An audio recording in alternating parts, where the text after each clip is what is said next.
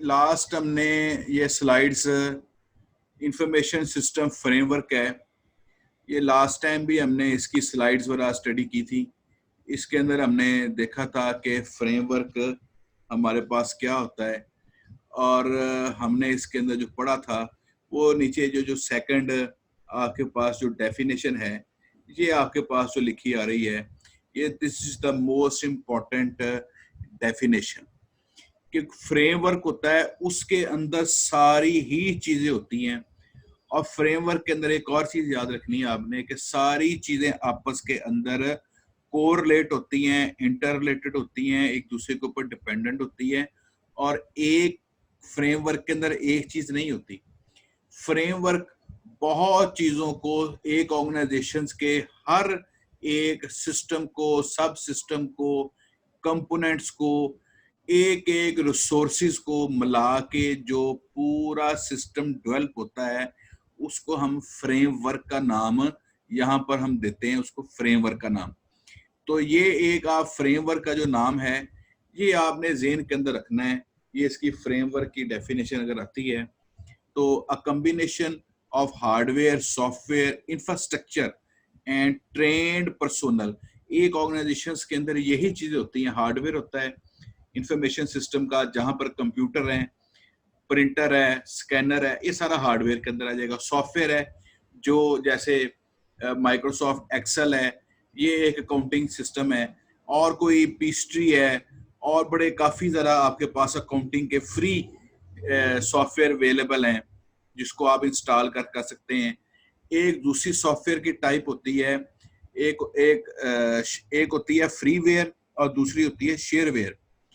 जो freeware software होते हैं वो आपके पास इंटरनेट से डाउनलोड हो जाते हैं और उनके ऊपर कोई भी पैसा नहीं होता।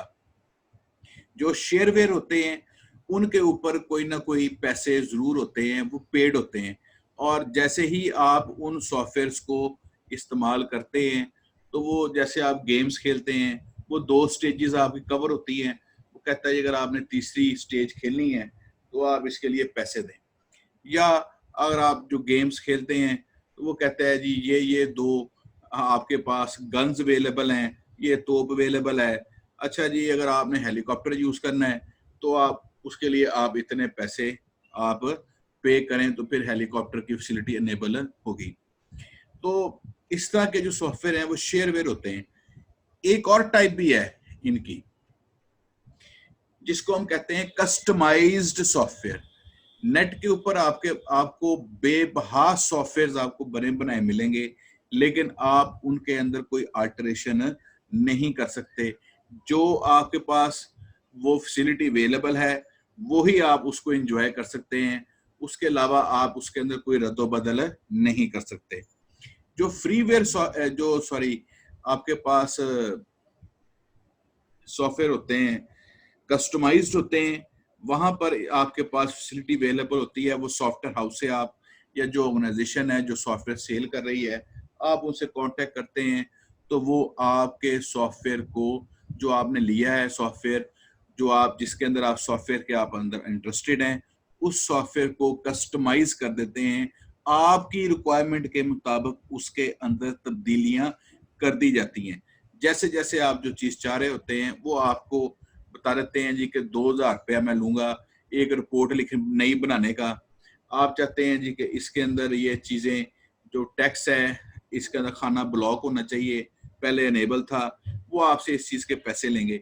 इस तरह जो जो भी आप सॉफ्टवेयर के अंदर आप चेंजेस कराना चाहेंगे, उन चीजों के अंदर उन वहां पर आपके पास ये फैसिलिटी अवेलेबल होगी कि आप अपनी चीजों को ठीक तरीके से एग्जीक्यूट करा सकते हैं, अपने हिसाब से अमेंड करवा सकते हैं। आप जिस तरह की रिपोर्ट्स चाहते हैं, जिस तरह का फ्रेमवर्क चाहते हैं, फ्रेम चाहते हैं, जिस तरह की आप उसके अंदर लेआउट चाहते हैं, एवरीथिंग जो है वो आपकी डिजायर के मुताबिक बन जाती है। इसको हम कहते हैं कस्टमाइज्ड सॉफ्टवेयर। जो फ्रीवेयर होते हैं और जो शेयरवेयर होते हैं, इन दोनों के अंदर जैसा है वैसे की ही बुनियाद के ऊपर आप उसको यूज कर सकते हैं, आप उसके अंदर कोई तब्दीली नहीं लेके आ सकते। लेकिन अगर आप सॉफ्टवेयर के अंदर कोई तब्दीली लेके आना चाहते हैं, उसको अपने हिसाब से डिजाइन करवाना चाहते हैं, अपने हिसाब से उसके अंदर तब्दीलियां लेके आना चाहते हैं, तो फिर आपको सॉफ्टवेयर को पैसे देने पड़ेंगे सॉफ्टवेयर हाउस को। फिर वो उसके अंदर जैसे आप चाहेंगे वो आपके हिसाब से सॉफ्टवेयर बना देंगे, और ऐसे सॉफ्टवेयर को हम कहते हैं कस्टमाइज्ड सॉफ्टवेयर। तो ऑर्गेनाइजेशन के अंदर हार्डवेयर होता है, कंप्यूटर्स हैं, लैपटॉप है, प्रिंटर है, स्कैनर है, कैमरे हैं, ये सारी की सारी चीजें जो हैं वो हार्डवेयर के पार्ट के अंदर आती हैं।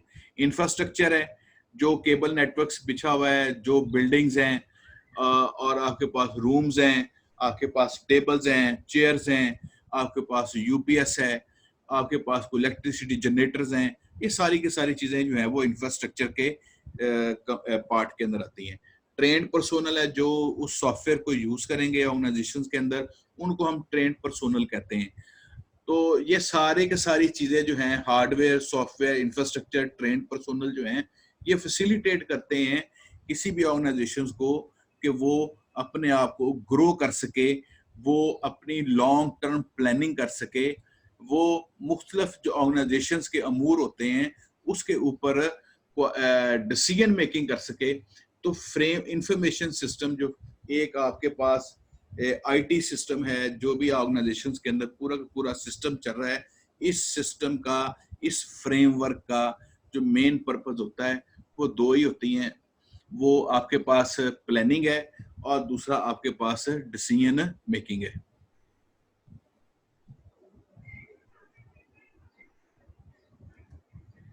नेक्स्ट स्लाइड पे चलते हैं जी।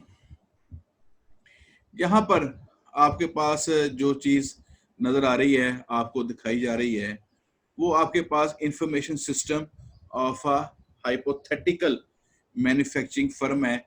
एक ऑर्गेनाइजेशन जो मैन्युफैक्चरिंग का काम करती है, तो ये उसके बारे में है। ये उसका इंफॉर्मेशन सिस्टम है, जो अभी हमने पिछली स्लाइड के अंदर इंफॉर्मेशन सिस्टम हमने पढ़ा है, ये उसका इंफॉर्मेशन सिस्टम है। एक इंफॉर्मेशन सिस्टम के अंदर जो है दो इसने इसको डिविजन्स की हैं मेन इसकी। एक अकाउंटिंग इंफॉर्मेशन सिस्टम है, एआईएस, जिसको हम डिनोट कर रहे हैं, जो हम सब्जेक्ट पढ़ेंगे, और एक हमारे पास मैनेजमेंट इंफॉर्मेशन सिस्टम है, ये एमआईएस है। ये जो तालिब इल्म हैं, एमबीए कर रहे हैं पंजाब यूनिवर्सिटी से, या बीबीए के जो स्टूडेंट्स हैं, ये भी एमआईएस का सब्जेक्ट जो है वो पढ़ते हैं। एमआईएस इटसेल्फ एक सेपरेट इंडिपेंडेंट सब्जेक्ट है एमआईएस का। और ये जो आपका जो कोर्स है, इसके अंदर हम स्टडी कर रहे हैं ये वाला पोर्शन, अकाउंटिंग इंफॉर्मेशन सिस्टम। तो एक ऑर्गेनाइजेशन जो है वो कंसिस्ट कर रही है दो सिस्टम्स के ऊपर, एक अकाउंटिंग इंफॉर्मेशन सिस्टम है और एक आपके पास एमआईएस का सिस्टम है, मैनेजमेंट इंफॉर्मेशन सिस्टम है।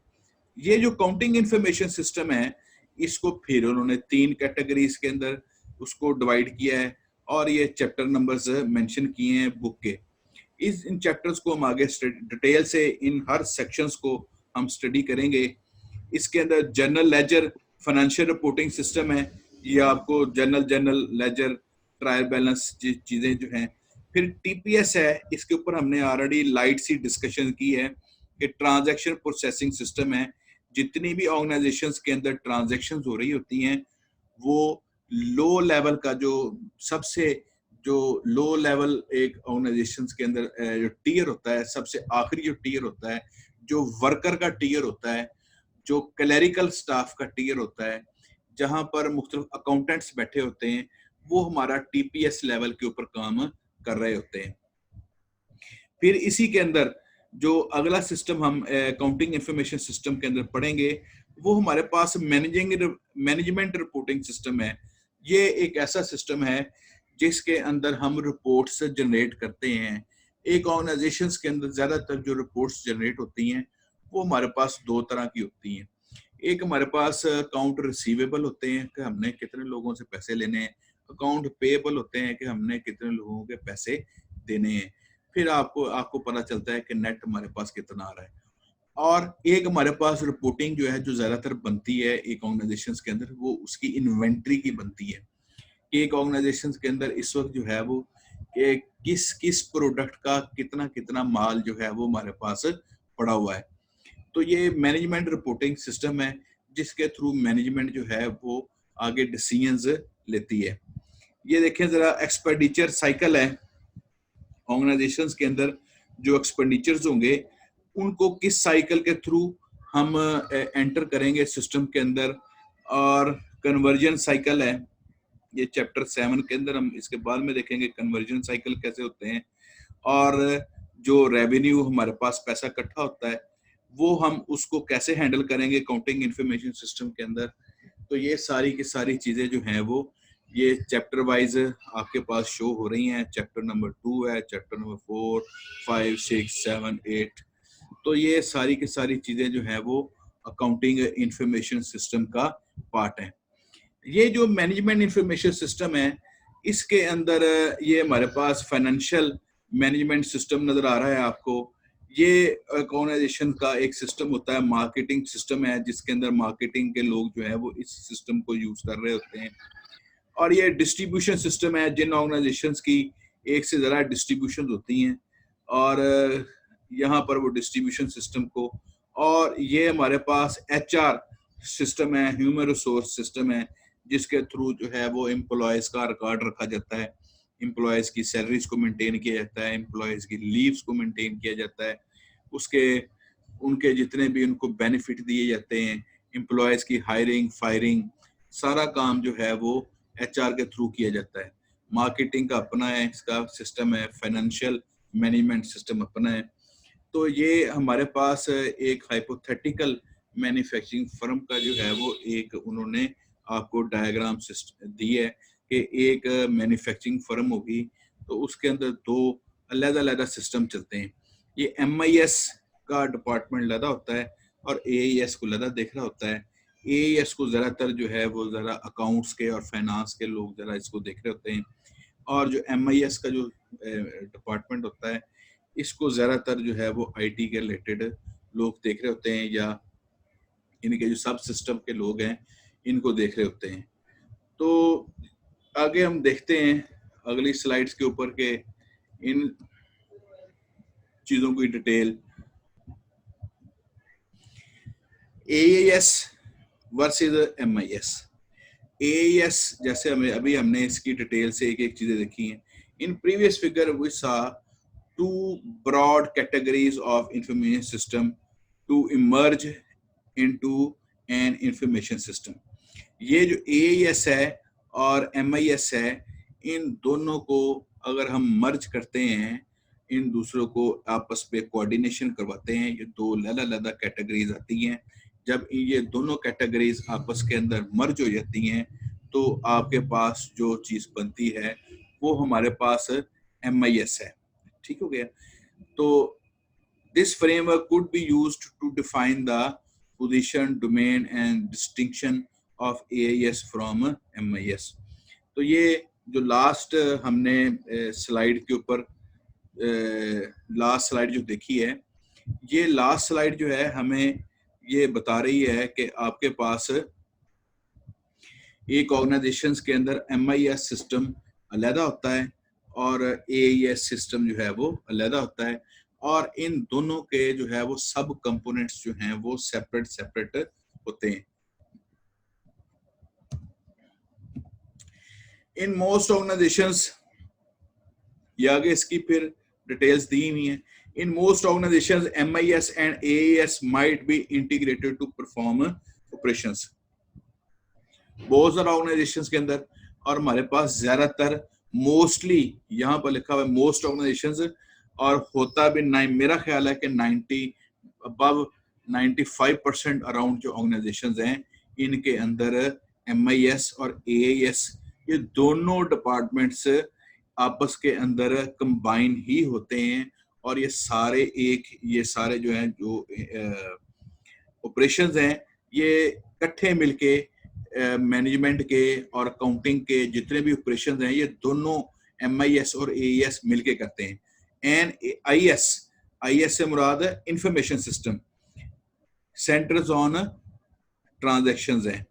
तो ये इन दोनों का सेंटर होता है, MIS और AES का जो सेंटर है, इन दोनों को दरमियान में जो रवाबत है, वो चीज़ जो है वो इंफॉर्मेशन सिस्टम है। और इंफॉर्मेशन सिस्टम क्या होता है, एक ऑर्गेनाइजेशन के अंदर जितना भी आईटी का जो इंफ्रास्ट्रक्चर है, जो चीज़ें हैं आईटी के रिलेटेड जितनी भी हैं, वो सारी की सारी आपके पास इंफॉर्मेशन सिस्टम के अंदर आती हैं।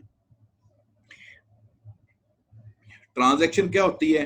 अ transaction is an event that effect or is of interest to the organisation is processed by its information system as a unit of work. पहली बात है, ट्रांजैक्शन जो है वो एक इवेंट होता है,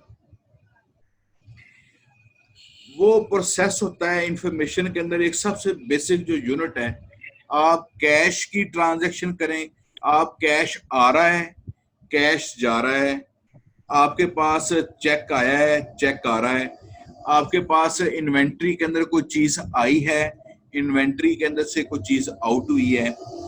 जो भी एक ऑर्गेनाइजेशन के अंदर कोई भी इवेंट होगा जो कंप्यूटर के अंदर रिकॉर्ड होगा, या आप सपोज करें कोई भी इवेंट है जिसको आप मैनुअली भी रिकॉर्ड करते हैं अपनी रिकॉर्ड कीपिंग के लिए कि यार ये बंदा मेरे से उधार ले गया पैसे, वो बंदा फौरी तौर पे अपने रजिस्टर के ऊपर एक एंट्री डाल देता है कि ये बशीर मोहम्मद को 500 रुपया उधार दिया। अब ये जो उसने एंट्री डाली, ये एक ट्रांजैक्शन है। इस तरह कोई भी इवेंट होगा, वो जितना माल आया है, जितना माल गया है, सेल के बंदे को कितने हैं, प्रोडक्शन की जितनी भी एंट्री होंगी, वो सारी की हर एंट्री, हर इवेंट जो ऑर्गेनाइजेशंस के इंटरेस्ट को इफेक्ट करेगा, कोई भी इवेंट होगा, कोई भी चीज होगी जो ऑर्गेनाइजेशंस के इंटरेस्ट को इफेक्ट करेगी, वो आपके पास कहलाएगी ट्रांजैक्शन।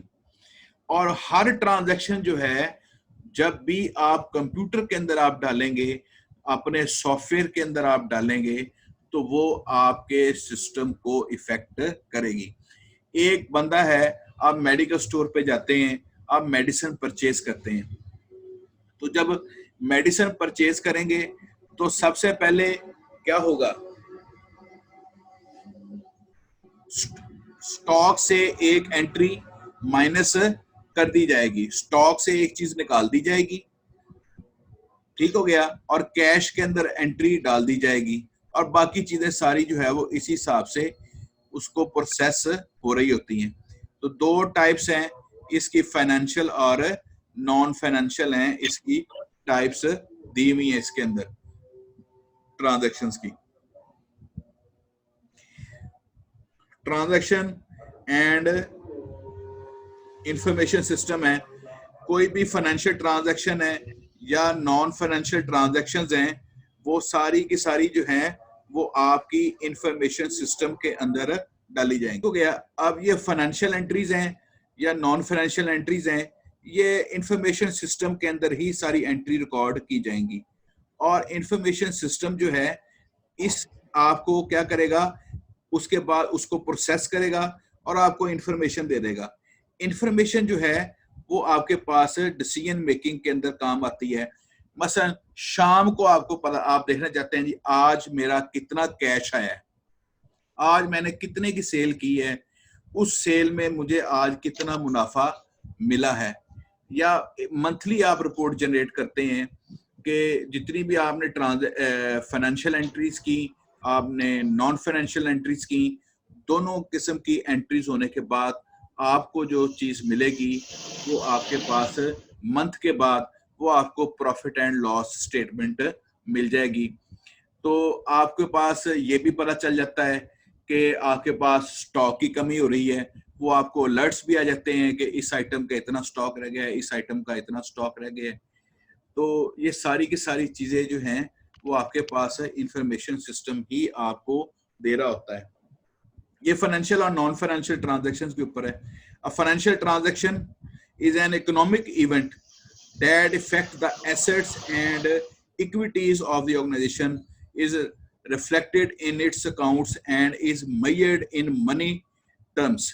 पैसों की शक्ल के अंदर जो चीजें आती हैं वो आपकी ऑर्गेनाइजेशंस के अमाउंट्स और इन एसेट्स को, इक्विटीज को इफेक्ट करती हैं, वो आपके पास फाइनेंशियल कहलाती हैं. It must be recorded correctly. ये सारी सही है, नहीं करनी चाहिए.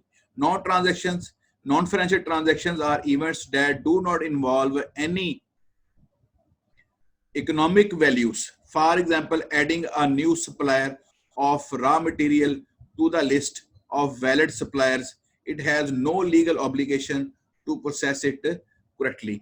एक ऑर्गेनाइजेशन के अंदर आपने नया सप्लायर की इंफॉर्मेशन डाली है, नया सप्लायर आया है, आपने उसकी इंफॉर्मेशन डाल दी है, तो ये भी एक ट्रांजैक्शन ही होगी, एक इवेंट हो गया कि एक नया सप्लायर जो है वो आपके साथ कनेक्ट हुआ है. तो ये भी जब एक इवेंट होगा तो ये भी आपके पास नॉन फाइनेंशियल ट्रांजैक्शंस के अंदर आ गया है. इस नया एक सप्लायर क्रिएट करने से, नया कस्टमर क्रिएट करने से आपके अकाउंट्स कोई भी इफेक्ट नहीं हो रहे. जैसे आप यूजर फॉर्म बनाते हैं, नया यूजर नेम पासवर्ड लगाते हैं, तो गूगल को कोई फर्क पड़ता है? कोई फर्क नहीं पड़ता. आप जीमेल पे अकाउंट क्रिएट करें तो गूगल को फाइनेंशियल फर्क पड़ेगा? कोई फर्क नहीं पड़ेगा उसको. तो ये आपके पास फाइनेंशियल एंट्रीज आपके पास आ जाती हैं. तो हमने देखा है कि पीछे जो इस चैप्टर के अंदर वो स्टार्ट रिव्यू इंफॉर्मेशन है, डिफाइंड सिस्टम क्या होता है, और हमने सिस्टम की कैरेक्टरिस्टिक्स जो हैं ये सारी पिछली स्लाइड्स के अंदर हमने देखी हैं. और फ्रेमवर्क्स, इंफॉर्मेशन सिस्टम का फ्रेमवर्क कौन सा होता है, AIS और MIS, ये दोनों चीजें कौन सी होती हैं, ये हमने सारी पिछली स्लाइड्स, ये देखें जरा, ये हमने डिस्कस की हैं. ये सारी इफ सिस्टम क्या होता है, कैरेक्टरिस्टिक्स ऑफ द सिस्टम कौन सी होती हैं, ये हमने पढ़ा है. ये हमने लास्ट टाइम एक आर्टिफिशियल सिस्टम देखा था कि एक सिस्टम क्या होता है और सब सिस्टम क्या होता है. सिस्टम के अंदर भी सब सिस्टम होते हैं और सब सिस्टम इटसेल्फ एक सिस्टम हो सकता है. ये बात एग्जाम में रखनी है. सब सिस्टम भी एक इटसेल्फ सिस्टम हो सकता है. जैसे फ्यूल सिस्टम है, ये ऑटोमोबाइल का सब सिस्टम है, लेकिन फ्यूल टैंक का सिस्टम है. फ्यूल टैंक का ये सिस्टम है, लेकिन ये सब सिस्टम है किसका, ऑटोमोबाइल का. तो इस तरह ये सिस्टम डीकम्पोजिशन, जिसके ऊपर हमने बात की थी, कोई भी बड़ी स्टेटमेंट होती है, प्रॉब्लम होती है, हम उसको छोटे छोटे हिस्सों में तकसीम कर लेते हैं. सब system independency, information system frameworks है, ये भी हमने अभी आज हमने डिस्कस किया है. और ये मैन्युफैक्चरिंग की इसकी एग्जांपल हमने देखी है, AIS की और MIS की. इन दोनों के दरमियान में फर्क क्या होता है, ये हमने स्लाइड्स अभी हमने डिस्कस की हैं. ट्रांजैक्शंस और फाइनेंशियल ट्रांजैक्शंस और नॉन फाइनेंशियल ट्रांजैक्शंस जो हैं.